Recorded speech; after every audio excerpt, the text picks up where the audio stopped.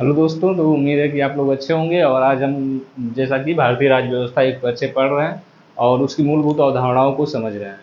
तो आज हम जो है जो शासन प्रणालियों के प्रकार होते हैं कि कितने प्रकार की शासन प्रणालियां हैं, तो शासन प्रणालियों के स्वरूप के बारे में आज हम पढ़ेंगे कि कौन कौन से आधार पर जो शासन प्रणालियों का विभाजन किया जाता है और भारत में कौन सी शासन प्रणाली प्रचलित है।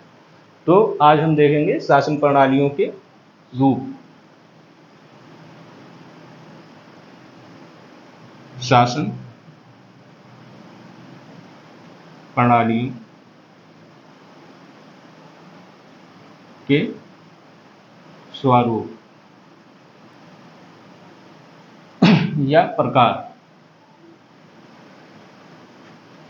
तो जैसा कि जब से समाज का निर्माण हुआ है, तभी से किसी ना किसी रूप में जो है हमें कोई ना कोई राजनीतिक व्यवस्था, राजनीतिक सिस्टम ऐसा देखने को मिलता है जो उस समाज में जो है शांति व्यवस्था को स्थापित करने तथा लोगों के बीच विश्वास पैदा करने का काम करती है और उनकी सुरक्षा को ध्यान में रखती है। किंतु तब से जो है राजनीतिक प्रणाली का जो व्यवस्था है उसमें समय के अनुसार जो है निरंतर परिवर्तन होते रहे हैं। जैसे कि जब शुरुआती समय था मानव के विकास के क्रम में, तो उस समय ज़्यादातर कबीलाई तंत्र होता था। उसके बाद जब आगे के चरणों में जैसे जैसे बढ़ते गया, तो राजतंत्र, राजतंत्र के बाद कहीं कहीं तानाशाही, कहीं पर धर्मतंत्र, और इसी क्रम में आगे विकसित होते हुए वर्तमान में जो शासन प्रणाली विकसित हुई वो है लोकतंत्र। तो ये जो शासन प्रणाली है, ये जो है एक विकास की प्रक्रिया के अंतर्गत निर्मित निर्मित हुई है, जो वर्तमान के स्तर पर पहुंच गई है। तो जैसा कि शासन प्रणालियों को जो है तीन भागों में या चार भागों में बांट के देख सकते हैं। जैसा पहला है कि शासन शासन समूह।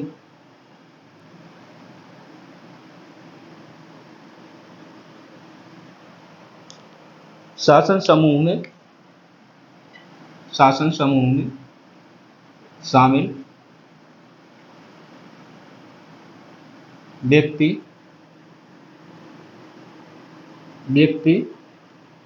की संख्या के आधार पर शासन समूह में शामिल व्यक्तियों की संख्या के आधार पर अगर हम किसी भी राजनीतिक प्रणाली को जो है विभाजित करना चाहें, तो उसे तीन भागों में विभाजित कर सकते हैं। जैसा कि पहला है राजतंत्र। राजतंत्रीय शासन प्रणाली में जो है शासन की सारी शक्तियां एक ही व्यक्ति में केंद्रित होती हैं, जो राजा होता है, और राजा ही उन सभी शक्तियों का जो है स्वामी होता है। तो पहला है राजतंत्रीय व्यवस्था, जब शासन की तीनों शक्तियां कि कानून बनाने और कानून को लागू करने तथा कानून की व्याख्या करने, ये तीनों शक्तियां एक ही व्यक्ति में केंद्रित हो, तो वो होती है राजतंत्रीय व्यवस्था। ये व्यवस्था ज़्यादातर वंशानुगत होती है कि राजा का लड़का राजा बनेगा। दूसरी जो व्यवस्था है वो है गुटतंत्र।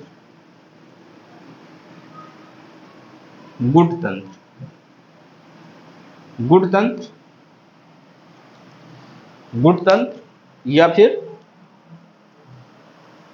या अल्पतंत्र कहा जाता है। गुटतंत्र या अल्पतंत्र कहा जाता है। गुटतंत्र या अल्पतंत्र जो व्यवस्था होती है, उसमें शासन प्रणाली के अंतर्गत शासन व्यवस्था में कुछ व्यक्तियों का समूह सक्रिय रहता है और वे लोग जो है शासन से संबंधित सभी महत्वपूर्ण निर्णय लेते हैं। तो ऐसी व्यवस्था को जो है गुटतंत्र कहा जाता है कि जहाँ पर कुछ व्यक्ति ही शासन की प्रक्रिया में सक्रिय रूप से भागीदारी करते हैं, तो वह गुटतंत्र होता है। जैसे कि वर्तमान की अगर शासन व्यवस्था में हम देखें, तो जो किचन कैबिनेट होती है, किचन कैबिनेट को हम वर्तमान में गुटतंत्र के समकक्ष मान सकते हैं। और तीसरी शासन प्रणाली है लोकतंत्र की। लोकतंत्रीय शासन प्रणाली जिसमें शासन में भागीदारी के लिए लगभग प्रत्येक व्यक्ति जो है इस व्यवस्था में शामिल होता है, और इसमें जो नागरिक होता है वही जो है शासन प्रक्रिया में जो है भागीदार करता है और उसी के सहयोग से एक नई सरकार का जो है निर्माण होता है। तो लोकतंत्रीय शासन प्रणाली वह व्यवस्था है जिसमें शक्ति लोगों के पास होती है, इसीलिए इसे कहा जाता है कि लोगों का लोगों के द्वारा और लोगों के ऊपर शासन ही लोकतंत्र है। तो इसमें व्यक्ति ही सबसे महत्वपूर्ण होता है और वो जो है शासन में प्रत्यक्ष रूप से भागीदारी या अप्रत्यक्ष रूप से भागीदारी निरंतर करता है। तो ये लोकतंत्रीय व्यवस्था है और वर्तमान में जो है ज़्यादातर अधिकांश देशों में जो हमें लोकतंत्रीय व्यवस्था ही देखने को मिलती है। दूसरा आधार जो है, तो दूसरा आधार है शासन की वैधता के स्रोत के आधार पर। शासन की वैधता का स्रोत क्या है? शासन की वैधता का स्रोत के आधार पर विभाजित किया गया है। शासन की वैधता के स्रोत के आधार पर, तो शासन की वैधता के स्रोत के आधार पर जो विभाजन हुआ है उसमें पहला विभाजन है धर्मतंत्र,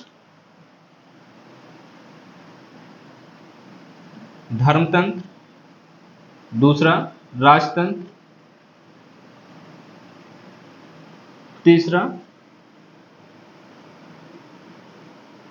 तीसरा है अभिजन तंत्र या कुलीन तंत्र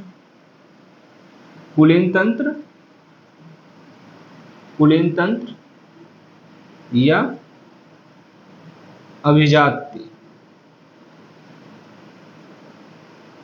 अभिजात्य तंत्र, और चौथा है लोकतंत्र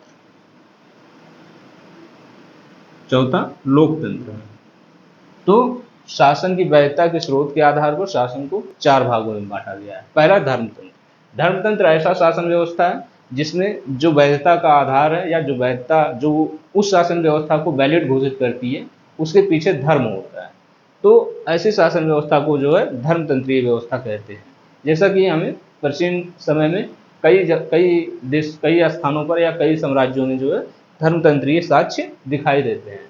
वर्तमान में अगर धर्मतंत्र के रूप में देखा जाए तो जो ईरान है, ईरान में जो है धर्मतंत्रीय व्यवस्था देखने को प्रत्यक्ष या अप्रत्यक्ष रूप से मिलती है, तो ये ईरान में। दूसरा है राजतंत्रीय शासन प्रणाली को जो वैधता मिलती है वह कोई ऐसा व्यक्ति जब अपनी शारीरिक या सैनिक शक्ति के आधार पर जो है शासन सत्ता पर स्थापित हो जाता है, तो ऐसा व्यक्ति राजा के रूप में जो है राजतंत्रीय व्यवस्था में स्थिर रहता है और तब तक स्थिर रहता है जब तक कि इसकी वैधता को जो है कोई अन्य व्यक्ति चुनौती ना दे दे और इसके पद से उसे हटा ना दे। तो ऐसी व्यवस्था को जो है राजतंत्र कहते हैं। तीसरा है कुलीन तंत्र का मतलब होता है कि एक समाज के जो अभिजन वर्ग हैं, जैसे कि उस समाज का जो है अगर पेशेवर के रूप में देखा जाए तो जो उच्च अधिकारी हैं या उस समाज का सबसे पढ़ा लिखा वर्ग है, वे अपने वर्गों तक ही शासन सत्ता को जो है सीमित रखकर और लोगों से वैधता प्राप्त कर लें, तो ऐसी शासन व्यवस्था को कहा जाता है अभिजन तंत्र। सबसे अंतिम है लोकतंत्र। तो लोकतंत्र में जो शासन की वैधता का आधार है वो जनता है। जनता ही किसी भी शासन को जो है वैधता प्रदान करती है कि वो वैलिड है या इनवैलिड है, और इस आधार पर जो है लोकतंत्र में लोगों के द्वारा निर्वाचित सरकार का निर्माण होता है। जैसे कि भारत में है, विश्व के अधिकांश देशों में जो आज लोकतंत्रीय व्यवस्था ही स्थापित है और ये जो है शासन का वैधता का स्रोत यहाँ वहाँ की जनता होती है। तीसरा जो इसका आधार है शासन व्यवस्थाओं के शासन प्रणाली के स्वरूप में, वो है संवैधानिक प्रणालियों को लेकर कि कोई शासन व्यवस्था संवैधानिक प्रणाली के अंतर्गत संचालित हो रही है या गैर संवैधानिक प्रणालियों को अपनाई हुई है। तो इस आधार पर भी 2 भागों में विभाजित किया गया है। पहला है संविधानवादी शासन प्रणाली है। संविधानवादी शासन प्रणाली एक ऐसी शासन प्रणाली है जिसमें संविधान के नियमों के अनुसार शासन को संचालित किया जाता है। तो शासन का शासन का संविधान, शासन का संविधान, संविधान सम्मत, शासन का संविधान सम्मत होने के आधार पर, संविधान सम्मत होने के आधार पर, संविधान सम्मत होने के आधार पर, तो इस आधार पर जो है दो भागों में बांटा गया है। पहला है संविधानवाद या संवैधानिक शासन, संविधानवाद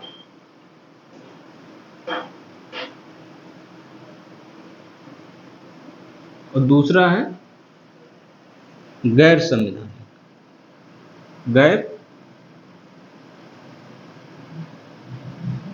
संविधानवाद। तो ये दो प्रकार की शासन प्रणालियों में बांटा गया है। तो संविधानवाद क्या है?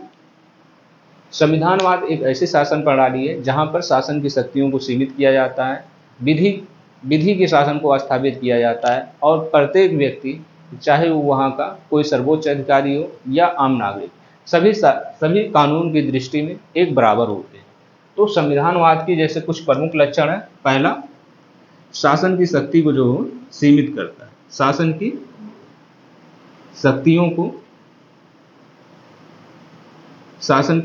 को सीमित करता है। दूसरा है विधि का शासन स्थापित करता है। विधि के शासन का मतलब होता है कि कानून की दृष्टि में प्रत्येक व्यक्ति एक समान होगा, तो विधि का शासन स्थापित करता है, विधि का शासन स्थापित करता है। तीसरा है लोकतंत्र को बढ़ावा देता है, लोकतंत्र को बढ़ावा देता है।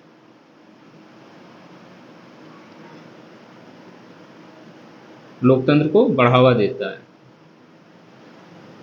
चौथा है नागरिकों को अधिकार और स्वतंत्रताएं प्रदान करता है। नागरिकों को अधिकार और स्वतंत्रता प्रदान करता है। स्वतंत्रता प्रदान करता है। इस तरह की शासन प्रणाली आज हम देखें तो वर्तमान में विश्व के अधिकांश देशों में हमें देखने को मिलती है, जहां पर संविधानवाद या संविधान के आधार पर जो है शासन किया जाता है। तो संविधानवाद एक ऐसी विचारधारा है जो शासन की शक्तियों को सीमित करता है और विधि के शासन को स्थापित करता है तथा कानून का राज्य स्थापित हो और कानून की नज़र में सभी व्यक्ति एक बराबर होते हैं। ऐसे शासन को संविधानवादी शासन कहा जाता है। दूसरा जो शासन व्यवस्था है वो गैर संवैधानिक है। गैर संवैधानिक शासन व्यवस्था हुआ है जो संविधान के नियमों के अनुसार या कानून का शासन जहां पर स्थापित नहीं होता है, जैसे कि राजतंत्रीय व्यवस्था है, तानाशाही है, अभिजात्य तंत्र है, तानाशाही है। ये सारी जो व्यवस्थाएं हैं, तानाशाही या फिर अभिजात्यवादी, अल्पतंत्र और फांसीवादी, ये सारी व्यवस्थाएं जो है गैर संवैधानिक शासन व्यवस्था के लक्षण हैं, क्योंकि ये अपने मन के मुताबिक कोई भी कानून कभी भी बना देती हैं, किसी व्यक्ति की स्वतंत्रताओं को जो है रोक सकती हैं और इनमें एक व्यक्ति ऐसा होता ही है कि जो कानून के ऊपर होता है, वो जो कहेगा वही कानून हो। तो ऐसी व्यवस्था को जो है गैर संवैधानिक व्यवस्था कहते हैं। इसमें शामिल है राजतंत्रीय व्यवस्था,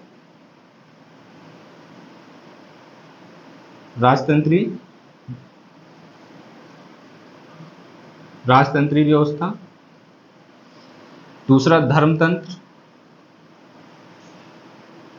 धर्मतंत्र व्यवस्था। तीसरा तानाशाही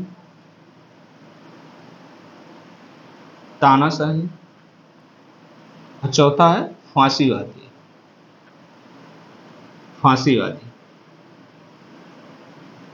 तो ये सभी व्यवस्थाएं जो है गैर संवैधानिक है अब हम अगर भारत में देखें तो भारत इनमें से किन व्यवस्थाओं के समीप है, तो भारत को लेकर हम देखेंगे कि भारत इनमें से किस व्यवस्था के करीब में है। जैसा कि भारतीय जो लोकतंत्र है, भारतीय लोकतंत्र को जो है कई बातों को लेकर जो है इसकी आलोचना की जाती है, और उसकी आलोचना का आधार ये कि उसकी आलोचना के आधार पर इस भारतीय लोकतंत्र में लगभग सभी शासन प्रणालियों के थोड़े बहुत स्वरूप हमें देखने को मिल जाते हैं, चाहे वह भीड़ तंत्र हो, कुलीन तंत्र हो, अधिकार औसत तंत्र हो, निरंकुश तंत्र हो, या फिर गुट तंत्र हो, या वृद्ध तंत्र हो। इन सारी शासन प्रणालियों का थोड़ा बहुत स्वरूप हमें अवश्य ही देखने को मिलता है। जैसे कि अब हम देखते हैं कि भारत के शासन प्रणाली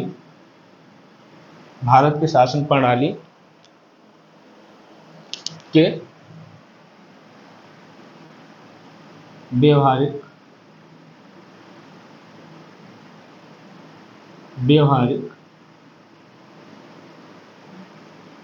मूल्यांकन के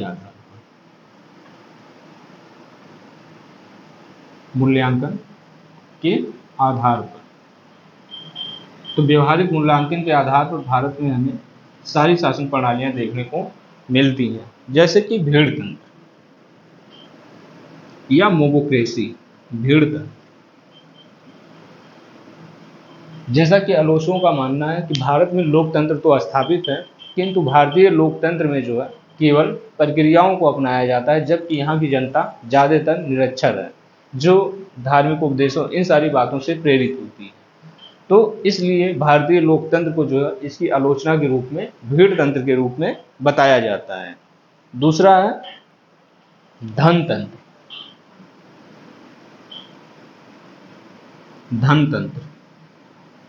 धन तंत्र से तात्पर्य भारतीय लोकतंत्र की जब आलोचना होती है तो धन तंत्र के रूप में भी की जाती है, क्योंकि भारत में जो है जब कोई चुनाव होता है तो उसमें जो है बहुत अधिक मात्रा में जो है रुपयों का खर्च होता है, और ऐसे कई भारतीय सांसद देखने को मिल सकते हैं जो करोड़ों रुपए के स्वामी होते हैं।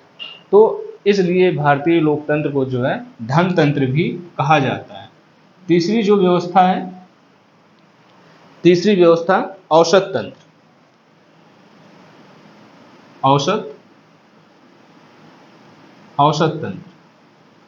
औसत तंत्र एक ऐसा शासन प्रणाली है, जैसा कि हम अगर अपने भारतीय सांसदों को देखें तो उनमें से कुछ सांसदों को अगर छोड़ दें तो ज़्यादातर सांसद या विधायक हमारे ऐसे हैं जो एकदम मात्रात्मक रूप में भी और गुणात्मक रूप में भी एकदम औसत जानकारी उनके पास है, या बहुत कम पढ़े लिखे लोग हैं। तो इसलिए भारतीय लोकतंत्र की आलोचना के रूप में इसे औसत तंत्र भी कहा जाता है। इसके बाद गुट तंत्र के रूप में है गुट तंत्र। भारतीय लोकतंत्र को गुट तंत्र भी कहा जाता है, क्योंकि लोगों का मानना है कि भारतीय लोकतंत्र जो है वह जो है 2-3 पार्टियों के आपस में उनके बीच जो निर्वाचन या जो प्रक्रियाएं हैं उन्हीं के बीच शासन प्रणाली जो है चल रही है, और बस जनता एक नाम मात्र की जो है साधन है, जो समय समय पर इन्हीं में से किसी एक गुट के नेताओं को उसे चुनना होता है। तो ऐसी शासन प्रणाली भारत में देखने को मिलती है, इसीलिए भारत को जो है गुटतंत्रीय व्यवस्था के अंतर्गत भी रखा जाता है, इसकी आलोचना के रूप में कि भारत में लोकतंत्र है। इसके बाद पांचवा है वृद्ध तंत्र। भारतीय लोकतंत्र को जो है वृद्ध तंत्र भी कहा जाता है, क्योंकि भारत के ज़्यादातर जो नेता हैं या जो मंत्री बनते हैं औसत उनकी उम्र जो है 50 प्लस होती ही है। तो ज़्यादातर जो है 50 प्लस होने के कारण, या जब हम मंत्रिमंडल में देखते हैं तो 60, 65, 70, 75 ऐसे लोग वहाँ पर दिखाई देते हैं मंत्रिमंडल में। इसी आधार पर जो है भारतीय लोकतंत्र को जो वृद्ध तंत्रीय व्यवस्था भी कही जाती है, जबकि अन्य देशों में हम देखें तो वहाँ के मंत्रिमंडल या वहाँ का जो राष्ट्रपति या प्रधानमंत्री होता है, ज़्यादातर हम देखते हैं वो कम उम्र का होता है, 45, 50, 55 इसी के आसपास के लोग वहाँ पर शासन की प्रक्रिया में शासन का बागडोर संभालते हैं। जबकि भारत में 75, 70 इसके आसपास के लोग, 60, 65 ज़्यादातर नेता इसी के आसपास में होते हैं।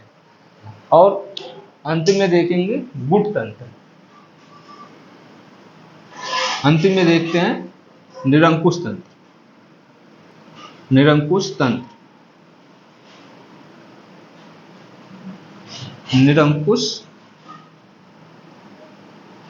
निरंकुश तंत्र। निरंकुश तंत्र एक ऐसा शासन प्रणाली है जिसमें जो निर्णय लेने वाली संस्था होती है वो अपने इच्छाओं के अनुसार कोई भी निर्णय ले लेती है।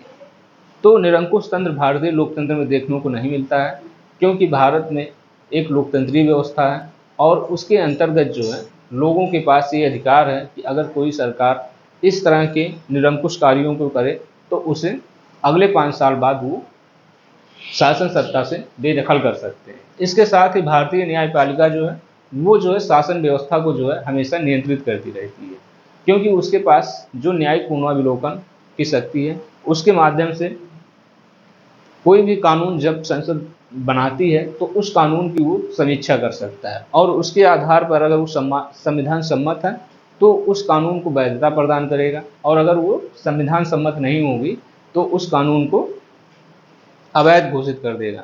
इसलिए भारत में निरंकुश तंत्र को देखने को नहीं मिलता है वर्तमान में। तो आज ये वीडियो बस इतना ही था, और आपको अगर अच्छा लगे तो इसे लाइक, शेयर और सब्सक्राइब अवश्य जरूर करें, और धन्यवाद।